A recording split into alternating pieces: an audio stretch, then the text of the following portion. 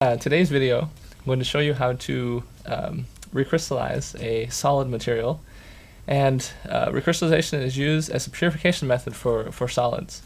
So I have a sample of 2-nitrobenzoic acid here, and I'm going to show you the procedure we're going to follow to do this recrystallization.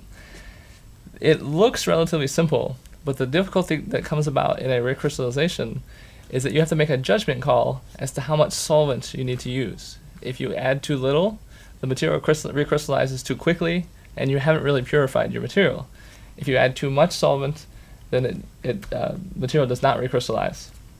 I'm going to use water as our recrystallization solvent. I'm going to turn this hot plate on. Now the point is not to get the recrystallization solvent boiling. We want it to be hot and just below the boiling point, so that we don't, so we can control the heat a little bit. Okay, so in a recrystallization, there are two ways to add your material to your Erlenmeyer flask. You can simply take your weighing paper, fold it up, pour it in. Oftentimes for a small Erlenmeyer flask, you're going to probably spill some of that.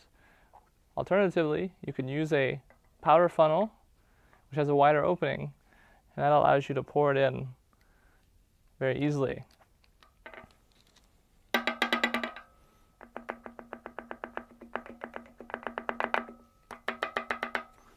Okay.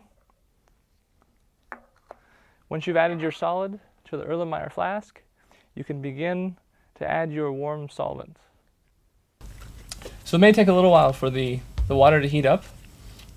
I have several things here that I can talk about while that's working. I have basically a wooden stick, which I'm going to use as a boiling stick, so that when I add solvent to the 2-nitrobenzoic acid, that we can prevent this phenomenon called bumping, which is where material will vaporize too quickly and it will force the liquid out of the container.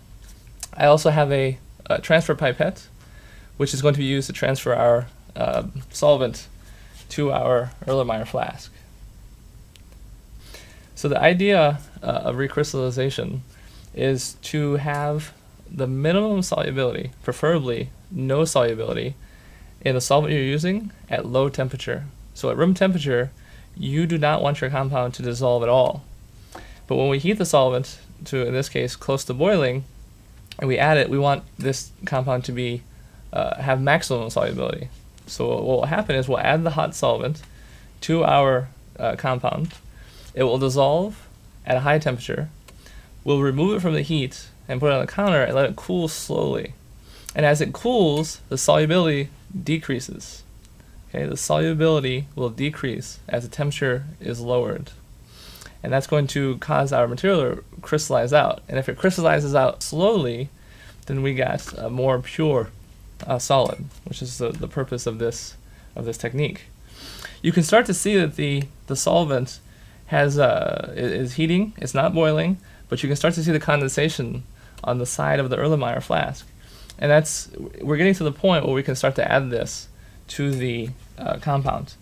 So I'm going to take some of this material using my transfer pipette, and initially what you want to do is simply add enough solvent to cover the solid that you have in your Erlenmeyer flask. So I'm going to transfer that over.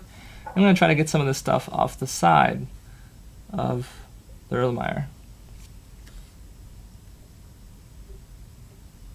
Okay, so I have quite a bit of solid here, and I've added maybe about 2 mils of water to this. You can swirl around, and now that I have solvent on my solid, I'm going to add the boiling stick to the Erlenmeyer flask. Now I'm going to put this on the hot plate. Now, since we have solvent there, we're going to try to heat this up to where it has just a gentle boil. Okay, so we start to see this start to bubble, and we're going to wait a couple of seconds. And if the compound does not dissolve, okay, so we'll keep swirling this. If the compound does not dissolve, then that means there's not enough solvent there, and we have to keep adding more. Okay, so I'm going to add another approximately a mil of water. Okay, and as you can see, what you'll notice as we continue to add solvent is that this cloudiness will go away, and we're starting to see some of the solvent, the solute, this compound, dissolve, and we're getting a brown solution.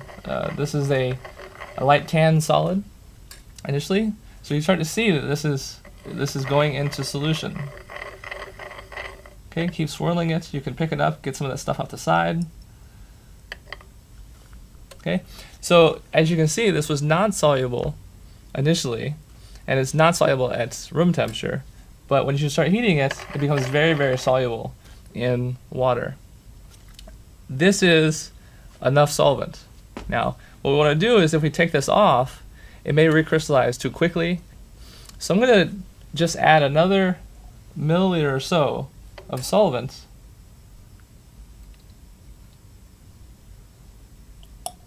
That's just to give us a slight excess, because as we're heating it, we're also evaporating some of the liquid. So now that that's all dissolved, I can essentially set this on the countertop, and I can remove the boiling stick if you prefer. And this will be a good recrystallization solvent if the crystals start to form within 10 to 20 minutes. Give or take. The slower the crystal formation, the better. If the crystals form too quickly, that means you trap the impurities and you really haven't purified your material. The slower the crystal forms, the more pure it is, the better the melting point. Okay, so at this point we simply have to wait for this the crystals to form.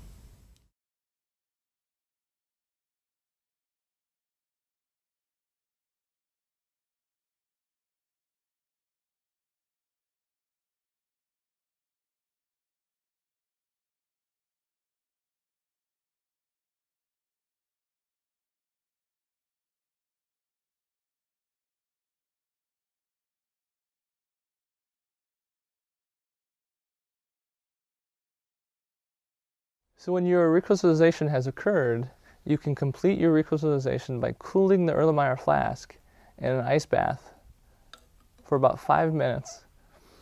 After the 5 minutes, you can recover your crystals by using a vacuum filtration.